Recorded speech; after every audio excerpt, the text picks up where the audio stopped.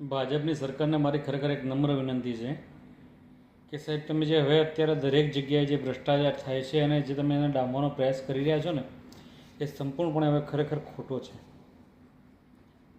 જ્યાં પબ્લિકનો હોબાળો થાય છે, જ્યાં સાચી વાત બહાર આવવાની થાય છે, જ્યાં તમે પોલીસને આગળ કરી દો છો ને એ ખરેખર એ દિવસ હવે દૂર નથી કે જે પ્રમાણે અંગ્રેજો અને હિન્દુસ્તાનમાં જે પ્રમાણે ચાલતું હતું ક્રાંતિકારીઓ સામે એ દિવસ જરૂર આવશે 100%. કારણ કે તમે લોકોએ છે ને તમે તમારું શાસન જાળવી રાખવા માટે જે પોલીસને તમે વારે ઘડી જે આગળ કરી દો છો ને, કોઈ પણ તમે ખોટા કામ કરો છો અને પછી આગળ થઈ જાઓ છો,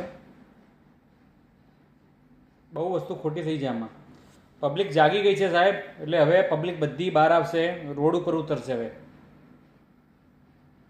બધી પબ્લિક રોડ ઉપર ઉતરશે, બહાર આવશે, ન્યાય માગશે. સાહેબ તમે જે ન્યાયને દબાવવાની વાત કરી રહ્યા છો ને ખરેખર ખોટી છે.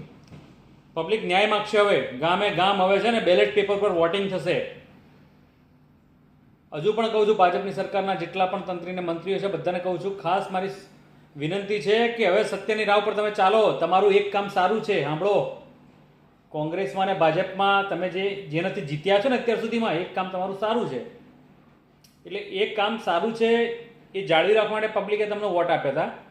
પછી આપ્યા અને એના પછી આપ્યા ના આપ્યા એ ખબર નથી, પછી કઈ રીતે સરકાર આવી એ મને ખબર નથી. પણ પછી હું તમને એક જ વસ્તુ કહું છું કે ખરેખર જાળવી રાખો. જે પબ્લિક માટે જે સારી વસ્તુ છે એ તમે કરો, જે યોગ્ય છે એ તમે કરો. પબ્લિક માટે શું સારું છે એવા તમે નિર્ણય લો. કારણ કે હવે છે ને પબ્લિક થાકી ગઈ છે, હવે જબરજસ્ત થાકી ગઈ છે. એટલે ગામે ગામ હવે બેલેટ પેપર થશે. આવી પરિસ્થિતિ ઊભી ના થાય એના કરતાં હું તમને કહું છું ખરેખર હવે 100% કામ કરવાનું ચાલુ કરો. પબ્લિક હેરાન કેટલી થાય તમને ખબર છે? ગરીબ માણસો, રેશન કાર્ડની વાત ચાલતી હતી ત્યારે જ્યારે અનાજ મળતું ત્યારે તમે લોકોએ કેવાયસી ઊભી કરી દીધી. એ કેવાયસીના નામે ખરેખર કેટલું અનાજ બારોબાર ક્યાં જતું રહ્યું ખબર તો?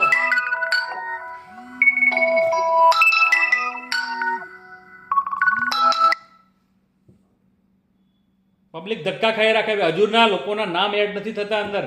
આવા તો કેટલાય બધા પ્રસંગો છે. હવે સ્કૂલોમાં નવું કાઢ્યું, નવા સર્ટિફિકેટ લાવો, દાખલા, જન્મના દાખલા. એટલે એ પાછા વાલીઓ બધા એમાં બિચારા દોડે. તમે પબ્લિકને ટૂંકમાં દોડાવવા જ માંગો છો, આમથી આમ આમથી આમ. પબ્લિક ખાલી દોડે રાખે, બીજું કંઈ નહીં. એટલે મહેરબાની કરી બંધ કરજો. હવે પબ્લિક જાગૃત થઈ ગઈ છે સાહેબ, અને હવે તમે એને ડફોર બનાવી નહીં શકો જલ્દી, યાદ રાખજો. અને આ ક્રાંતિની નામે બહાર આવશે. આ બધી જ વસ્તુઓ ક્રાંતિની નામે બહાર આવશે.